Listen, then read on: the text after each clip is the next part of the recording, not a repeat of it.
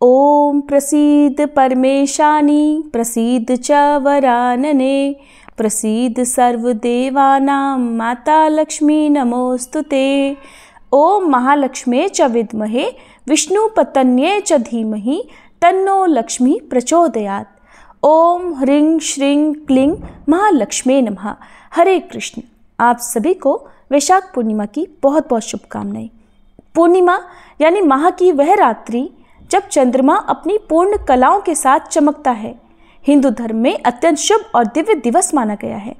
पूर्णिमा की रात माता लक्ष्मी जी के विशेष पूजन और कथा का विशेष महत्व है, क्योंकि चंद्रमा और लक्ष्मी दोनों का संबंध सौंदर्य, शीतलता, समृद्धि और शांति से जुड़ा हुआ है। कहा जाता है कि पूर्णिमा की रात माता लक्ष्मी जी पृथ्वी पर विचरण करती हैं और जो व्यक्ति दीप जलाकर शुद्ध मन से उनकी कथा सुनता है उसे विशेष कृपा प्राप्त होती है। इस दिन कथा सुनने या सुनाने से दरिद्रता दूर होती है, घर में स्थायी लक्ष्मी का वास होता है, कलह समाप्त होता है और जीवन में सुख समृद्धि बढ़ती है। तो आइए श्रोताओं, आज वैशाख पूर्णिमा के शुभ अवसर पर, जब आज ही कूर्म जयंती और बुद्ध पूर्णिमा भी है, इस शुभ अवसर पर इन दुर्लभ संयोगों के साथ आज माँ लक्ष्मी जी की कथा के साथ वैशाख पूर्णिमा की कथाओं का श्रवण करते हैं। आप सब इन कथाओं को पूरा जरूर सुनिएगा। एक गांव में एक बार एक साहूकार रहता था। उस साहूकार की एक पुत्री थी। वह हर दिन नियम से पीपल सींचने जाया करती। पीपल के वृक्ष में से हर दिन लक्ष्मी जी प्रकट होती थी और वह चली जाती।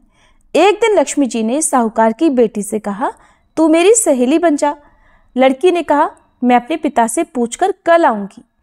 साहूकार की बेटी ने घर जाकर अपने पिता को सारी बात कह दी। तब उसके पिताजी बोले, बेटी वह तो लक्ष्मी जी हैं, अपने को और क्या चाहिए, तू लक्ष्मी जी की सहेली बन जा। दूसरे दिन वह लड़की फिर गई। तब लक्ष्मी जी पीपल के पेड़ से निकलकर आई और कहा, सहेली बन जा। तो लड़की ने कहा, बन जाऊंगी। और फिर इस तरह दोनों सहेलियां बन गई। लक्ष्मी जी ने उसको भोजन का न्योता दिया। घर आकर लड़की ने अपने माँ पिताजी से कहा कि मेरी सहेली ने मुझे भोजन का न्योता दिया है। तब पिता ने कहा कि सहेली के जीमने जइयो पर अपने घर को संभाल कर जाना।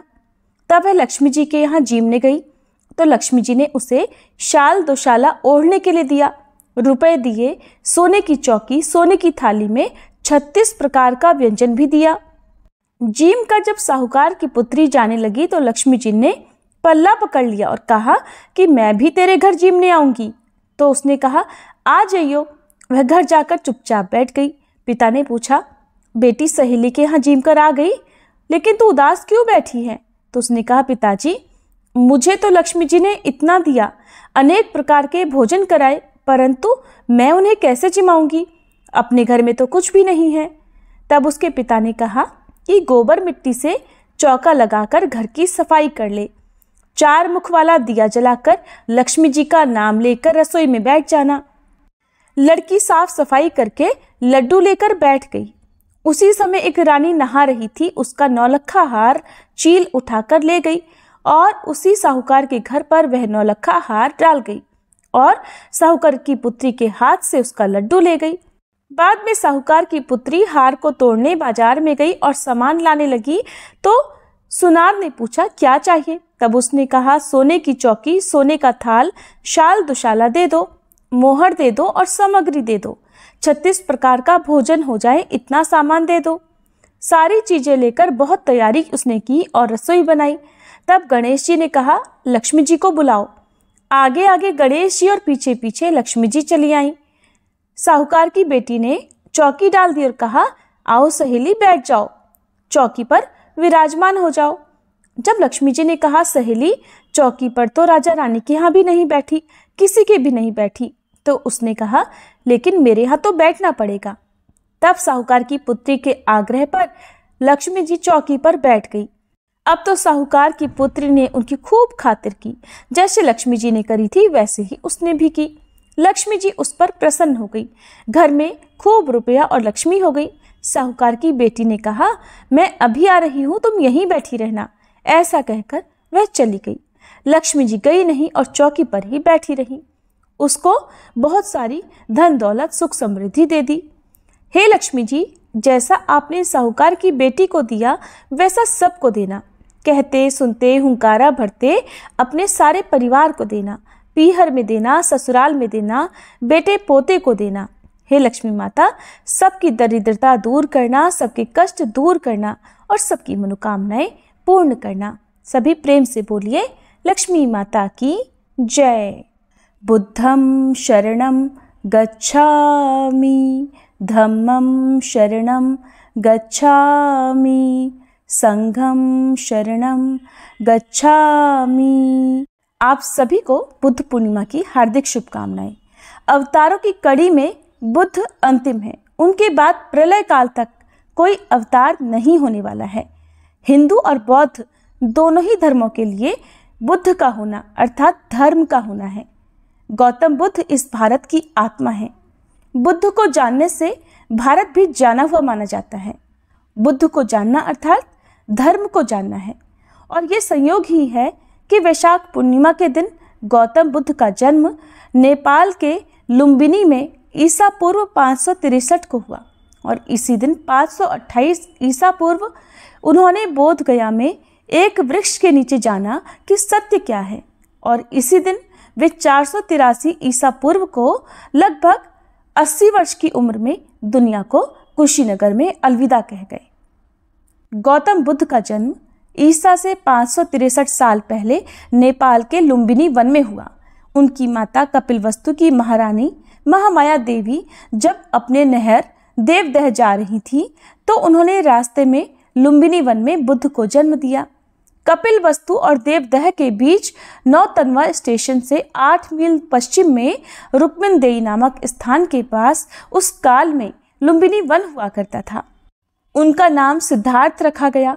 सिद्धार्थ के पिता शुद्धोधन कपिलवस्तु के राजा थे और उनका सम्मान नेपाल ही नहीं बल्कि समूचे भारत में था। सिद्धार्थ की मौसी गौतमी ने उनका लालन पालन किया क्योंकि सिद्धार्थ के जन्म के 7 दिन बाद ही उनकी माता का देहांत हो गया था। वैसे तो सिद्धार्थ ने कई विद्वानों को अपना गुरु बनाया, किंतु गुरु विश्वामित्र के पास उन्होंने वेद और उपनिषद पढ़े, साथ ही राजकाज और युद्ध विद्या की भी शिक्षा ली। कुश्ती, घुड़दौड़, तीर कमान, रथ हाँकने में कोई उनकी बराबरी नहीं कर सकता था। शाक्य वंश में जन्मे सिद्धार्थ का 16 वर्ष की उम्र में दंडपाणि शाक्य की कन्या यशोधरा के साथ विवाह हुआ। यशोधरा से उनको एक पुत्र मिला जिसका नाम राहुल रखा गया। बाद में यशोधरा और राहुल दोनों बुद्ध के भिक्षु हो गए। बुद्ध के जन्म के बाद भविष्यवक्ता ने राजा शुद्धोधन से कहा कि ये बालक चक्रवर्ती सम्राट बनेगा, लेकिन अगर वैराग्य भाव इसके मन में उत्पन्न हो गया तो इसे बुद्ध होने से कोई नहीं रोक सकता और इसकी ख्याति समूचे संसार में अनंत काल तक बनी रहेगी। राजा शुद्धोधन सिद्धार्थ को चक्रवर्ती सम्राट बनते देखना चाहते थे, इसलिए उन्होंने सिद्धार्थ के आसपास भोग विलास का भरपूर प्रबंध कर दिया ताकि किसी भी प्रकार से वैराग्य उत्पन्न ना हो। 3 ऋतुओं के लायक 3 सुंदर महल बनवा दिए। वहां पर नाच गाना और मनोरंजन की सारी सामग्री भी जुटा दी। दास दासी उनकी सेवा में रख दिए गए। लेकिन एक दिन वसंत ऋतु में सिद्धार्थ बगीचे की सैर करने निकले। रास्ते में सांसारिक दुख देखकर उनका मन बदल गया और सब कुछ बदल गया। मन में वैराग्य भाव तो था ही, इसके अलावा क्षत्रिय शाक्य संघ से वैचारिक मतभेद के चलते संघ ने उनके समक्ष 2 प्रस्ताव रखे थे। वे ये चाहते थे कि फांसी चाहते हो या कि देश छोड़कर जाना। सिद्धार्थ ने कहा कि जो आप दंड देना चाहें। शाक्यों ने सोचा कि दोनों ही स्थिति में कौशल नरेश को सिद्धार्थ से हुए विवाद का पता चल जाएगा और हमें दंड भुगतना होगा। तब सिद्धार्थ ने कहा कि आप निश्चिंत रहें, मैं संन्यास लेकिन चुपचाप ही देश से दूर चला जाऊंगा। आपकी इच्छा भी पूरी हो जाएगी और मेरी भी। तब आधी रात को सिद्धार्थ ने अपनी पत्नी यशोधरा और अपने पुत्र राहुल को देखा जो सो रहे थे। दोनों के मस्तक पर हाथ रखा और धीरे से किवाड़ खोलकर महल से बाहर निकले और घोड़े पर सवार हो गए। रातों रात वे 30 योजन दूर गोरखपुर के पास अमोना नदी के तट पर जा पहुंचे। वहां उन्होंने अपने राजसी वस्त्र उतारे, केश काट कर खुद को संन्यास्त कर दिया। उस वक्त उनकी आयु थी लगभग 29 वर्ष। जंगल जंगल और नगर नगर सिद्धार्थ भिक्षाटन करते और जब जो साधु या सिद्ध मिल जाता उससे योग साधना या ध्यान विधियां सीख कर कठोर तप करते। तप के दौरान वे एक समय सिर्फ तिल और चावल ही ग्रहण करते। फिर उन्होंने कठिन उपवास भी किए, लेकिन फिर भी उससे उन्हें कोई शांति नहीं मिली। एक दिन वे ध्यान मगन बैठे थे, तभी कुछ स्त्रियां वहां से गाती हुई नगर की ओर लौट रही थी। सिद्धार्थ ने उनका गीत सुना। वीणा के तार को ढीला मत छोड़ो, ढीला छोड़ देने से उनका सुरीला स्वर नहीं निकलेगा, पर तारों को इतना कसो भी मत कि वे टूट जाएं। सिद्धार्थ को ये बात जच गई और ये समझ में आ गया कि किसी भी प्राप्ति के लिए मध्यम मार्ग ही श्रेष्ठ होता है। सुजाता नाम की एक महिला ने वट वृक्ष से मन्नत मांगी थी कि अगर मुझको पुत्र हुआ तो खीर का भोग लगाऊंगी।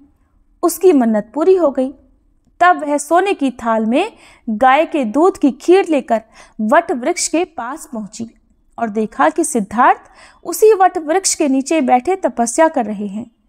सुजाता ने इसे अपना भाग्य समझा और सोचा कि वट देवता साक्षात हैं, तो सुजाता ने बड़े ही आदर सत्कार के साथ सिद्धार्थ को खीर भेंट की और कहा, जैसी मेरी मनोकामना पूरी हुई है, अगर तुम भी किसी मनोकामना से यहाँ बैठे हो तो तुम्हारी भी मनोकामना पूर्ण हो। उसी रात को ध्यान लगाते समय सिद्धार्थ को सच्चा बोध हो गया।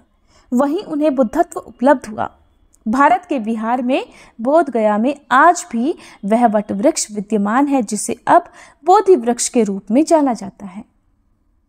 बोधि प्राप्ति की घटना ईसा से 528 वर्ष पूर्व की है, जब सिद्धार्थ लगभग 35 वर्ष के थे। इस बोधि वृक्ष के नीचे वे बोधि प्राप्ति के बाद 4 सप्ताह तक ऐसे ही बैठे रहे। इसके बाद वे सच्चे और सनातन धर्म का उपदेश करने निकल पड़े।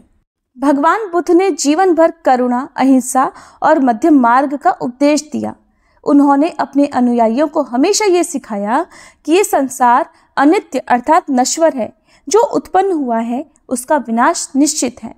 जब बुद्ध की आयु लगभग 80 वर्ष के करीब पहुंची, तब वे कुशीनगर, वर्तमान में उत्तर प्रदेश में है, वहां पहुंचे। वहां पहुंचने से पहले उन्होंने अपने प्रिय शिष्य आनंद और अन्य भिक्षुओं को बार बार संकेत देना शुरू कर दिया कि अब उनका शरीर और अधिक समय तक साथ नहीं रहेगा। कुशीनगर पहुंचने के बाद उन्होंने मल्ल राजाओं को संदेश भिजवाया कि वे वहां अपने अंतिम प्रवास के लिए आए हैं। मल्ल राजाओं ने उन्हें सम्मान पूर्वक आम्र उपवन, साल वृक्षों के बीच में विश्राम का स्थान दिया। कहा जाता है कि वहां 2 साल वृक्षों ने अनोखे रूप से समय से पहले ही अपनी श्वेत पुष्पों की वर्षा शुरू कर दी, मानो प्रकृति स्वयं बुद्ध को विदाई दे रही हो। बुद्ध ने अंतिम उपदेश दिया, संसार अनित्य है, साधक जन जागरूक होकर अपने कल्याण का साधन स्वयं बनो। इसके बाद उन्होंने दाहिनी करवट ली, सिर को उत्तर दिशा में किया और शांत ध्यान मग्न होकर महासमाधि में प्रविष्ट हुए। उनके चारों ओर शिष्य रो रहे थे, लेकिन उन्होंने शांत किया और कहा कि शोक न करो, धर्म का अनुसरण करो। इस प्रकार वैशाख पूर्णिमा की रात को गौतम बुद्ध ने महापरिनिर्वाण अर्थात मोक्ष प्राप्त किया। गौतम बुद्ध का निर्वाण हमें सिखाता है कि आत्मज्ञान और मोक्ष केवल मृत्यु नहीं, बल्कि इच्छाओं, अहंकार और अज्ञान के अंत का नाम है। उन्होंने दिखाया कि शरीर तो नश्वर है, पर धर्म और उपदेश अमर होते हैं। उनके अनुयायी आज तक उनके उपदेशों का पालन करते हुए मोक्ष का मार्ग खोजते हैं। इसलिए बुद्ध पूर्णिमा पर लोग ध्यान, उपवास, दान और परोपकार करते हैं, ताकि वे भी अपने जीवन में वासना, लोभ और मोह का अंत करके शांति और निर्वाण की ओर बढ़ सकें। ये थी बुद्ध पूर्णिमा की कथा। जब जब भगवान के भक्तों पर विपत्ति आई है, तब तब भगवान विष्णु ने अपने भक्तों के संकट दूर करने के लिए और जगत के कल्याण के लिए कई अवतार लिए हैं। इस दौरान वे मानव और जीव जंतु से लेकर नरसिंह जैसे अवतारों में धरती पर अवतरित हुए। इन्हीं में से एक प्रमुख अवतार है कच्छप अवतार। इस अवतार में भगवान ने कछुए के रूप में आकर देवताओं सहित समस्त संसार की रक्षा की और समुद्र मंथन में अहम भूमिका निभाई। कच्छप अवतार का उद्देश्य समुद्र मंथन में देवताओं और दानवों की सहायता करना था। नरसिंह पुराण में कूर्मावतार को भगवान विष्णु का दूसरा अवतार कहा गया है, जबकि भागवत महापुराण के अनुसार ये विष्णु जी का 11वां अवतार माने जाते हैं। पौराणिक मान्यताओं के अनुसार भगवान का ये अवतार समुद्र मंथन के दौरान हुआ था। कहा जाता है कि एक बार जब महर्षि दुर्वासा ने देवराज इंद्र को पारिजात पुष्प की माला भेंट की तो अहंकार से भरे हुए देवराज इंद्र ने वह माला सीधे अपने वाहन ऐरावत हाथी के गले में डाल दी। इस बात पर महर्षि दुर्वासा बड़े क्रोधित हुए और उन्होंने इंद्र के साथ साथ सभी देवताओं को शक्तिहीन और श्रीहीन होने का श्राप दे दिया। मुनि के श्राप से देवलोक की सुख समृद्धि नष्ट हो गई और लक्ष्मी जी सागर की गहराई में जाकर बैठ गई। इससे इंद्रलोक ही नहीं, सुर असुर लोक और संसार का धन वैभव समाप्त होने लगा। अपनी भूल का एहसास होने पर अहंकार को त्याग कर इंद्र सहित सभी देवताओं ने भगवान विष्णु की शरण ली और भगवान विष्णु की स्तुति की। तब भगवान ने देवताओं और दानवों को एक साथ समुद्र मंथन करने का आदेश दिया। भगवान विष्णु की आज्ञा से राक्षस और देवता एक हुए और समुद्र मंथन के लिए तैयार भी हो गए। मंथन के लिए मंदराचल पर्वत को मथनी और शेषनाग वासुकी को रस्सी के रूप में उपयोग किया गया। लेकिन जैसे ही मंदराचल पर्वत को समुद्र में डालकर घुमाने या मथने का काम प्रारंभ हुआ तो वे जमीन यानी समुद्र की सतह में धंसने लगा। उसके नीचे किसी भी प्रकार का आधार नहीं था जो पर्वत को डूबने से रोक सके। इस बात से परेशान होकर सभी देव और दानव भगवान विष्णु के पास एक बार फिर से पहुंचे और उनसे इस समस्या के समाधान का आग्रह किया। देव दानवों के आग्रह पर श्री हरि विष्णु ने एक विशालकाय कछुए का रूप धारण किया और अपनी पीठ पर मंदराचल पर्वत को उठा लिया।